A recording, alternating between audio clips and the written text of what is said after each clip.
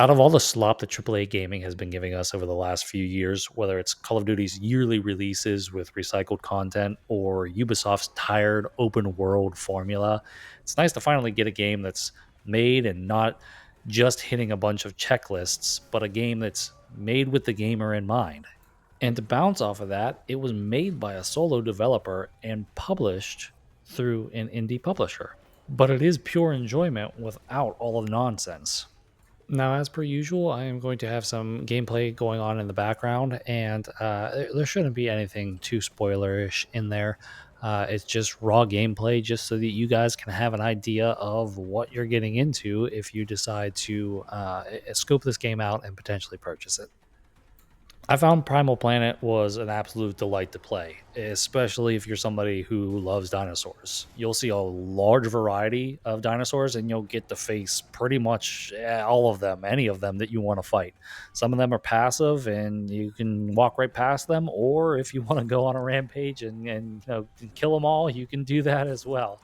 And it's nice because you're getting fan favorites like the T Rex and Velociraptors and Stegosaurus and Triceratops, but then there's also a few aquatic levels where you're jumping in and you're fighting mosasaurs and Dunkleosteus, and it's really a wide breadth of enemy types that you're coming against. And while dinosaurs are taking up the majority of enemy types, you're also coming against rival tribes as well as, well, even aliens. Even if you're not super into gaming, this game is actually really easy to jump into. It's created as a side scroller, just like the old Super Mario games were. And it's really an homage to those simpler times. You have a jump button, a dodge button, and then a couple of attack buttons. And then there is one more button that you can press that sends you into an inventory where you can manage, health potions and different weapons and stuff like that. But beyond that, I mean, you are literally just going left, right, up and down on the screen, and there is no three dimensionality to this whatsoever. So this is incredibly easy to jump into. I will say that it was not easy to read the world map. When you zoom out to the world map, there's no titles and no names displayed on that map. So it is easy to get lost at times, especially when you take long stints off in between play sessions. Sometimes life gets in the way. I know life got in the way a little bit for me while I was playing this game.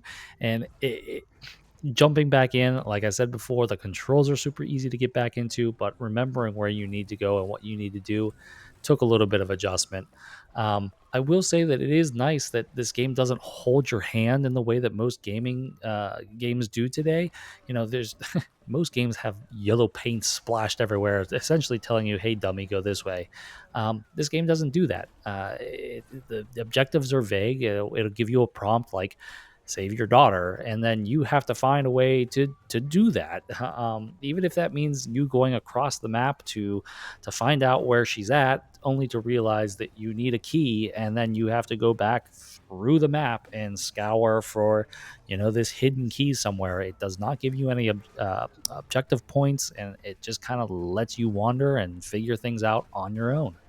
With that, the level design is beautiful. So if you make it all the way across the map, realizing that you have to go back through the map, scouring for some key or object that you need to progress, it's not a chore because you're looking at lush environments with waterfalls and grass and mountains and underwater landscapes. And a nice thing with this game, even though it is a side-scrolling game, there's a little bit of depth to it. I mean, for instance, the tall grass, you can catch it on fire and it will burn away, and that will make it easier for you to walk through the environments.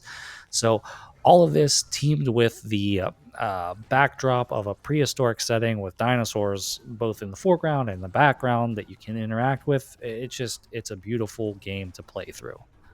The story, while very basic, it is all told through pantomime. There is zero dialogue in this game, and it's still super easy to follow. It's essentially Ooga Booga Man finds and has a family. Ooga Booga loses family, and then Ooga Booga has to find his family again.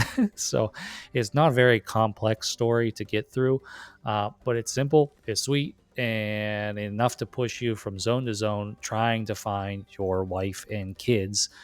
I will say that this game is not very challenging. If you level your characters up enough, especially putting all those points into the attack category, you can breeze through most enemies in this game, even the bosses.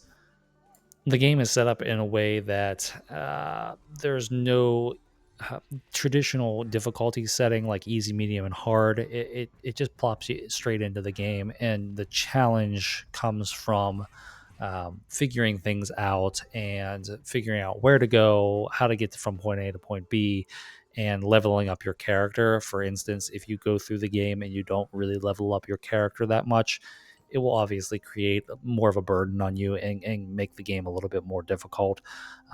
But overall, there's no slider in this game, and I found that to be um, an interesting choice. I wish that especially some of the boss battles, I wish that they were a little bit more difficult. It seemed like I was breezing through those relatively easy.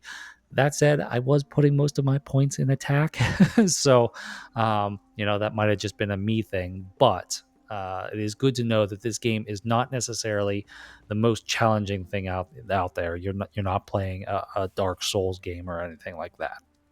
Despite the difficulty being relatively easy, I think this game has a lot of replayability to it. It's easy, it's casual, and it's something that you can kind of just sit back and enjoy for what it is. You're not going in, slapping a mag into your rifle, and then dropping into a battlefield, or revving an engine to a chainsaw, and taking down demons from hell or anything like that.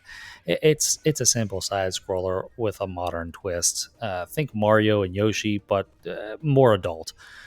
It shouldn't take you long to get through either. Maybe 4 to 6 hours for a casual play.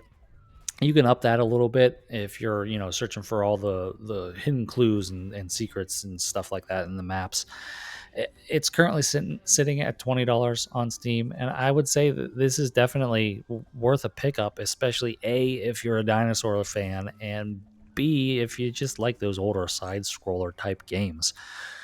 If maybe dinosaurs aren't necessarily your thing, I think this game still offers enjoyment, but just maybe wait for a sale on it. It's said that this game is supposed to be coming out on console. I don't know if that is still the plan or not.